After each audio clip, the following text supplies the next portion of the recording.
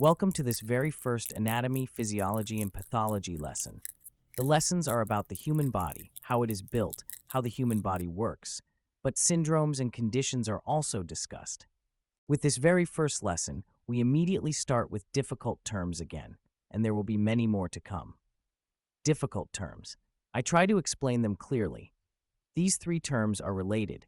It's all about the human body. The topic of anatomy is about the structure of the body, how it is constructed, what does it look like the size and color, where can an organ be found in the body.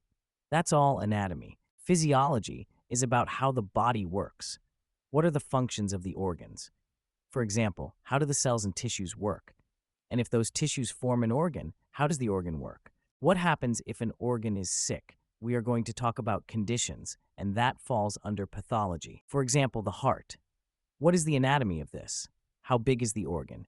Where in the body is the heart located? The heart is about the size of a clenched hand, a fist. It consists of 4 hollow spaces. Veins and arteries are attached to the heart. These 4 hollow spaces are divided into a right side and a left side, 2 hollow spaces at the top and 2 hollow spaces at the bottom, so they are in a square. The upper ones are the atria, and the lower ones are the ventricles. So a right atrium and a right ventricle, and a left atrium and left ventricle. Where is the heart?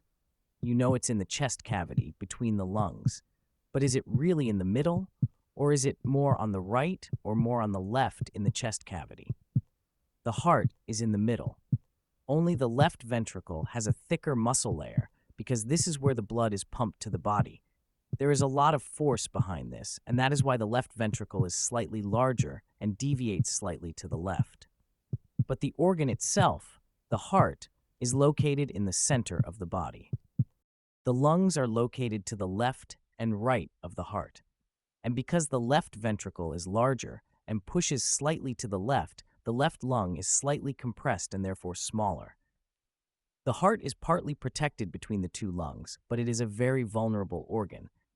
The lungs are also very vulnerable, so we have a rib cage around them, and that is mainly for protection. This is a small part of the anatomy of the heart.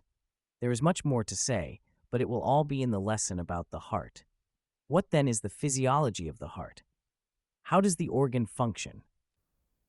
The heart pumps blood through the body, so the blood has to circulate, pumped around. The heart contracts repeatedly to pump it around, and that squeeze is a heartbeat. What is the resting heart rate of an adult? The heart pumps about 60 to 100 times per minute, and this is very different per person. It's about the height of the person, about the weight of that person. How much does such a person move? Is he sporty? That all has to do with how powerful your heart is, but also how many times per minute does your heart pump blood through your body. And again, we're talking about this in peace.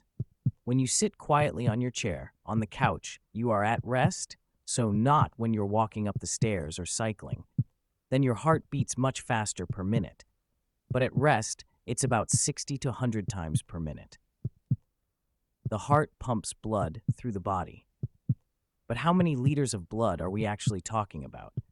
About 4 to 6 liters of blood flows through your body. This does differ per person. Women have slightly less blood than men, and the heart pumps the blood through your body. And here again, there is much more to say about the physiology of the heart, but that is not what this lesson is about. This lesson is more about the terms anatomy, physiology, and pathology. And then the pathology. Yes, there is a lot to say about that. For example, a heart attack, or heart failure, or inflammation of the heart muscle, but also cardiac arrhythmias. But first we need to discuss anatomy and physiology in detail before we can talk about pathology. Thank you for your attention. Hopefully the terms anatomy, physiology, and pathology are now clear to you. If you have any questions, post them in the comments. See you next week.